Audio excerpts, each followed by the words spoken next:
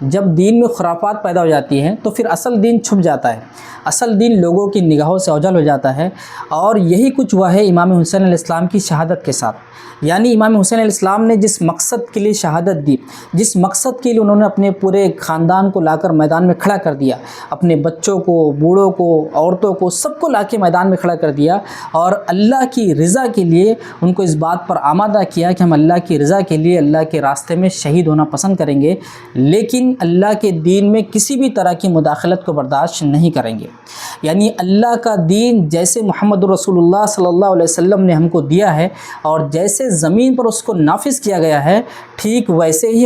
ہم اس دین کو اپنائیں گے اور اس دین کو اللہ کی زمین پر نافذ کریں گے۔ یہ مقصد تھا امام حسین علیہ السلام کی شہادت کا، ان کے گھر والوں کی شہادت کا، ان کے بچوں کی شہادت کا، ان کی عورتوں کی شہادت کا۔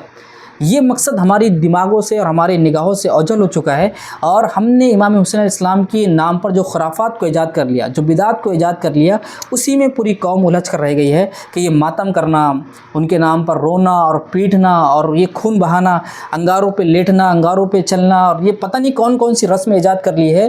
جس کا امام حسین علیہ السلام کی زندگی سے کوئی تعلق نہیں ہے۔ محمد رسول اللہ صلی اللہ علیہ وسلم کی شریعت سے، جس شریعت کے لیے امام حسین نے اپنے آپ کو شہید کیا، پوری خاندان کو شہید کروا دیا، اس کے اس رسموں سے، اس رسموں سے محمد رسول اللہ کے دین سے کوئی تعلق نہیں ان رسموں کا، لیکن اس کے باوجود پوری قوم اسی میں لگی ہوئی ہے، یہ تعزیہ اور یہ پتہ نہیں رونے اور پیٹنے، جبکہ یہ دین کے سراسر خلاف ہے۔ اصل دین جس مقصد کے لیے امام حسین نے شہادت دی ہے وہ ہماری نگاہوں میں رہنا چاہیے کہ اللہ کی زمین پر، یعنی اللہ کے دین میں کسی بھی طرح کی مداخلت کو برداشت نہیں کیا جا سکتا۔ اپنے آپ کو شہید تو کروایا جا سکتا ہے، اپنے پورے خاندان کو، اپنے خاندان کے بوڑھے کو، بچوں کو، عورتوں کو میدان میں لایا جا سکتا ہے، لیکن اللہ کے دین میں کسی بھی طرح کی مداخلت کو برداشت نہیں کیا جا سکتا۔